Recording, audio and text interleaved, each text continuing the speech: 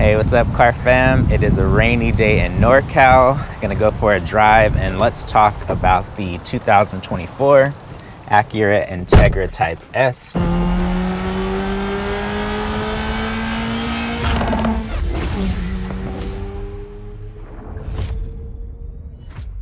Lots of exciting things I think that's going to be happening with that car. A quick disclaimer, this is POV, so for anyone that is a little bit sensitive to camera movement and things like that, just a heads up. So speaking of the Acura Integra Type S, that is one car that I think is going to be such a sweet spot. Tons of things to kind of go over. First off, talking about the performance. So if you don't know much about the Acura Integra, I'm assuming if you clicked on this video, you probably do. But for those that are kind of new to the channel or just don't really understand what that car is and how it sits, love this exhaust.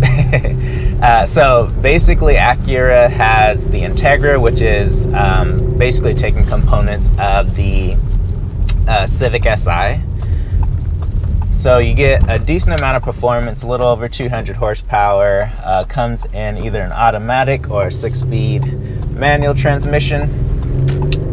So what they're doing with this Integra basically is taking the parts from the Civic Type R, so the engine, transmission, the suspension, engineering and components and things like that, and putting it into the Integra. So it's going to have 320 horsepower, and then it's going to have 310 pound-feet of torque. So that's going to be a really nice performing car, and this is what people really wanted initially, but of course they had to do what made sense, was basically creating the Civic Si equivalent with tons of sales volume, and then come out with the bigger brother. So that's what the Integra Type S is going to be. When Acura does a Type S product, it's usually just a couple of upgrades with like handling and power, but I was actually surprised because before the Type R, way back in the 90s and stuff, that was like the full beans. So I thought when they would do a Type S that it would still be kind of lacking, but then as things got closer, we got to find out, we saw the triple exhaust and we already knew like, oh, perfect, they're basically taking the Civic Type R and putting it into the Acura Integra package, which I think for today's market, super important. So we know that the Civic Type R comes with 315 horsepower and 310 pound-feet of torque. So it's cool that they bumped up the power a little bit. I'm assuming that that probably isn't really from tuning. My guess is that that's actually from the exhaust system, because it is a little bit different. The exhaust note is different, and that's like a really easy way to pump out power. Even sometimes with small things as even air filters that are used can actually increase horsepower. So 5 horsepower is not that hard to achieve. I feel like it would have been nice if it was a little bit more, especially considering the weight. The Integra, I think, is probably another 200 to 300 pounds of a car, and that's because of sound deadening, other materials that are used, seats. So it's definitely way more premium, has a lot more technology than Civic and things like that. And so because of that, the power is definitely going to be a little bit different. So I'm excited about that, because the Civic Type R, if you don't know, like, that's literally my dream car. It's so good. It is so good. And so with this, I think it's going to be more of a refined Civic Type R. Like, I already know it is. I think it's going to be for the person that wants a little bit more comfort and luxuries and has a little bit higher budget than the people that are currently getting Civic Type Rs and stuff like that. So engine wise, definitely is going to be good. It's going to have that sweet 6-speed manual. I've already driven the Civic Type R, this latest edition. I drove the last one. I've driven the Acura Integra with the 6-speed manual, and it's already good. So the Type S is definitely just going to take things up a couple notches.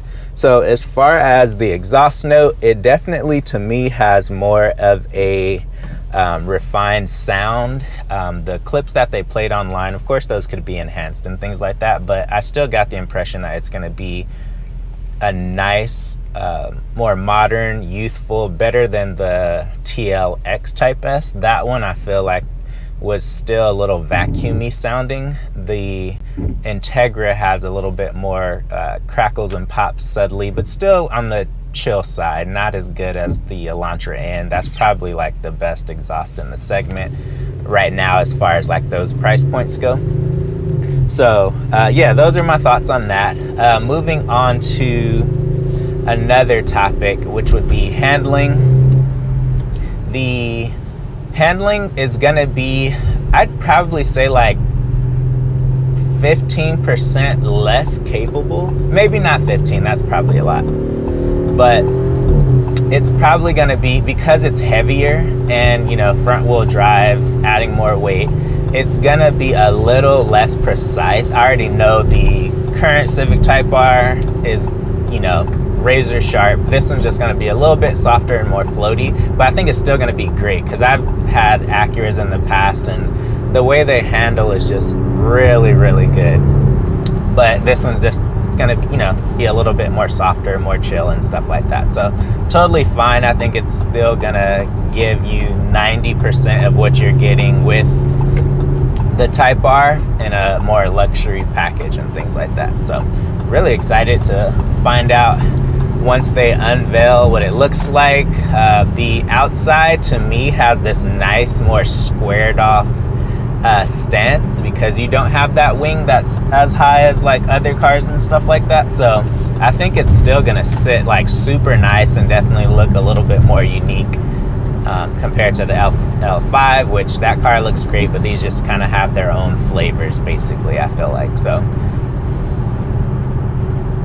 as far as looks go, I think it's gonna look really great compared to the current Integra, having the extra like flared fenders and then having the lower, you know, ride height. It's just gonna make it look a lot more aggressive. The wheels are wider. It's just gonna sit better. Like the current one now definitely kind of looks like someone that's not really an enthusiast can drive it and like no problem, but this one is basically like what someone ideally probably had, like what the Integra should look like. So I think we're getting closer to what the original hopes were and anticipation for the car.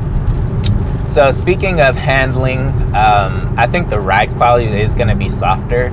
The FL5 is pretty stiff and can be bouncy in certain drive modes, but I feel like Acura is going to make it where it has this nice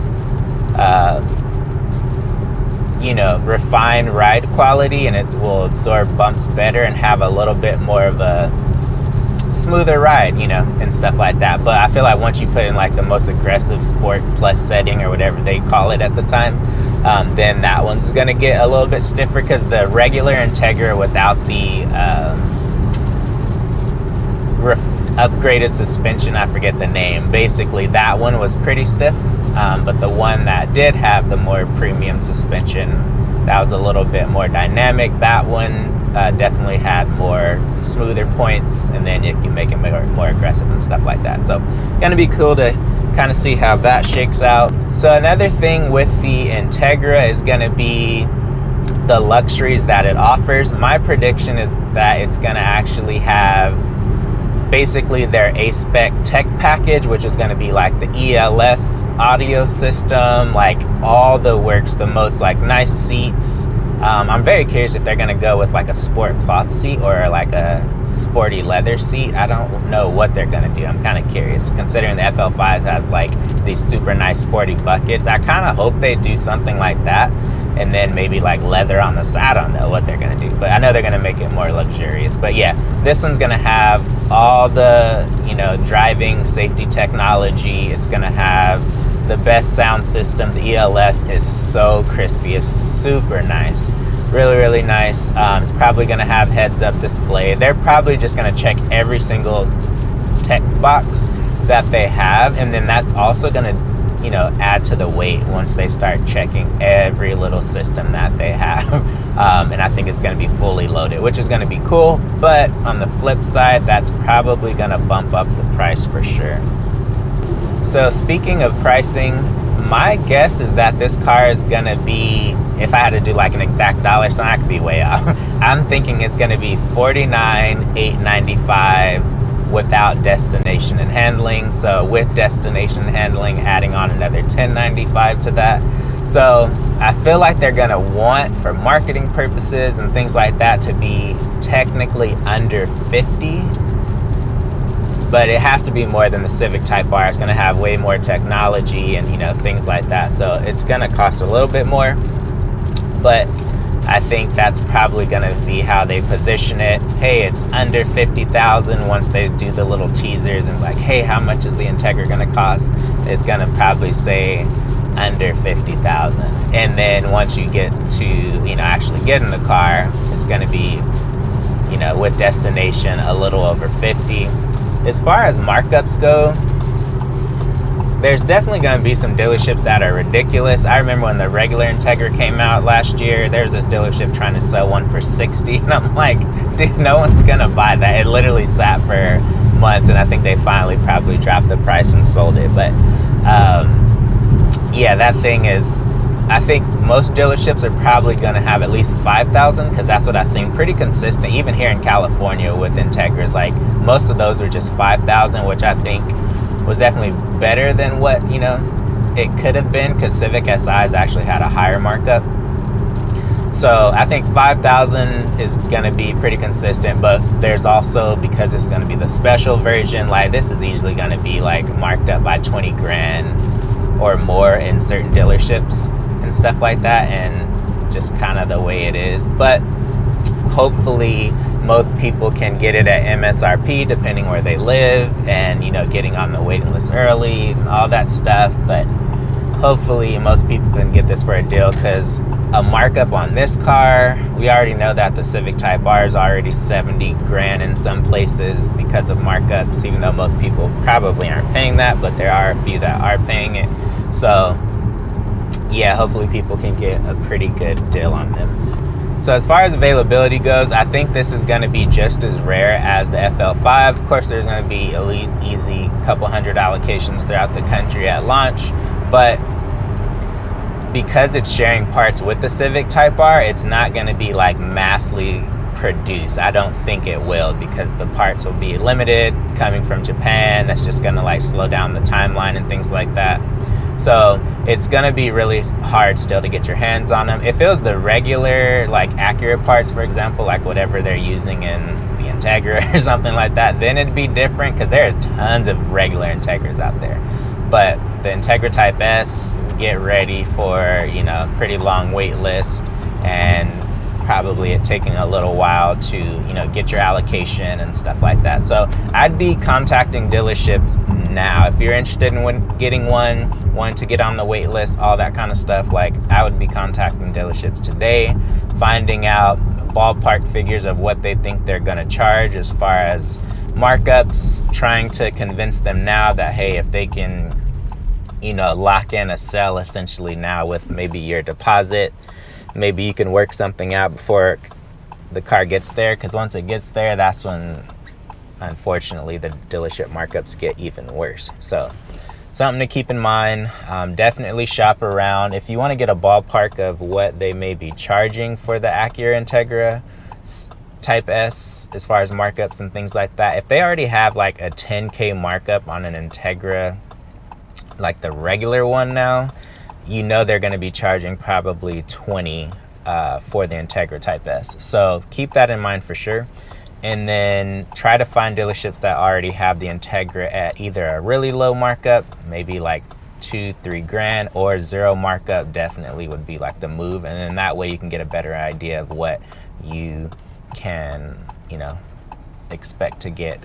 Another thing that other people I've considered, and I've mentioned this before in Civic Type R videos, is if you can find out if you can swap some of the dealership markup for accessories. For example, hey, I actually want to upgrade to some carbon fiber pieces on the car. I want to upgrade the wheels. They may have like a second wheel package. Try to get some type of physical product, whether it's like PPF, window tinting, something that you can at least take home with you in the car instead of strictly paying, you know, the dealership extra, you know, money. Like, do that for sure. And then also don't hesitate. Like, once you're in the dealership and let's say the car's there and stuff like that, and they're like, hey, the markup's 15 grand. Like, just because they have that marked at 15 grand doesn't mean they're going to sell that car at 15 grand. Prime example, I was literally just at a Honda dealership this week. There is a brand new FL5 sitting there. The dealership basically wants 10,000 markup plus 3 grand in accessories. We're just going to call that 13K in markup because most of the accessories are way overpriced.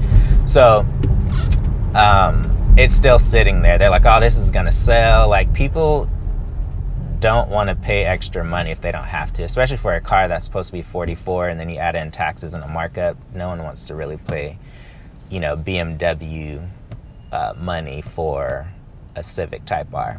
There are a few that will, but for the most part, most people are like, hey, I'm trying to keep it as low as possible and not waste money and use that for other things and stuff.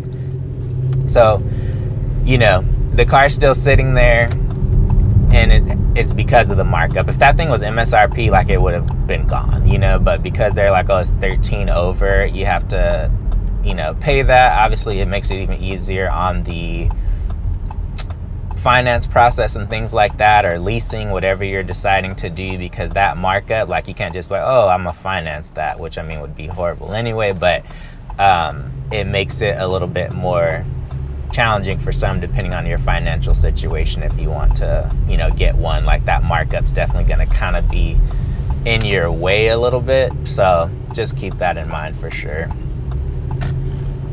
So yeah, those are some of my thoughts, my predictions on the Acura Integra Type S. Let me know what camp you're in. Are you just going to stick with wanting to get an FL5? Are you going to want the Integra Type S?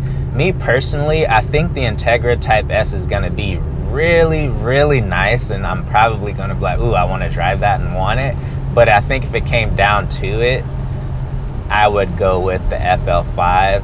A little bit cheaper, yeah, less luxuries and, you know, stuff like that, but I just, yeah, it's just something about the Civic. It's lighter. I just feel like I would be more inclined to drive it much harder than the Integra, because I know that one's going to be luxurious and things like that. But I mean, it's gonna be great. Like, honestly, if you can get, I guess it would also come down to if, like, I could get a Acura Integra for a lower price than I can an FL5, then yeah, that makes sense, because the Integra Type S will still, like, hold its value, still be fun, still be capable, just a little heavier and stuff like that. But to have that premium sound, I don't know if they're gonna do a moonroof, but man, that would be really nice to have a sunroof in the car. Like, that's a nice experience, you know, even if you're just like, yeah, even if it's a sport car. Like, M3s come with sunroofs. Like, there's enough power to kind of compensate for that, but I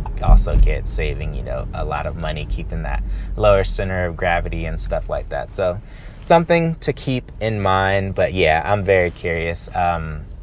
I know it gets revealed next month, so that's going to be cool to actually see it with the camo off. I think it's going to look really, really great. It's going to sit super nice and, you know, be plenty capable as far as like power and things like that. I think it's probably going to drive a little bit sharper and better than the TLX Type S, even though that one has more horsepower and torque. I drove it and I just wasn't really that impressed. Like, I'd get kind of bored of that car pretty quickly unless I'm constantly only hitting like back roads and stuff like that. But for nearly $60,000, I want it to be fun even at 30 miles per hour, and that's what the Civic Type R does, and that's why it's such a good car. Like, a really good car, you don't always have to be getting on it or hitting corners really hard in order to enjoy it. Like, you should be able to enjoy it from stoplight to stoplight and just whatever. So yeah, let me know your thoughts. I'm gonna be doing more of these POV, me talking about car releases and things I'm interested in and stuff like that, to be able to keep you guys up to date and hopefully help you in your shopping process as well. Let me know what type of videos you'd like to see in the future, and then if you're not following or subscribed, definitely subscribe to the channel, because that's when you'll be notified of new videos that get released. And then if you don't have me on Instagram, connect with me there. All of my social media handles are just Dakari Carter, so all my info is here. Catch you in the next video. Peace.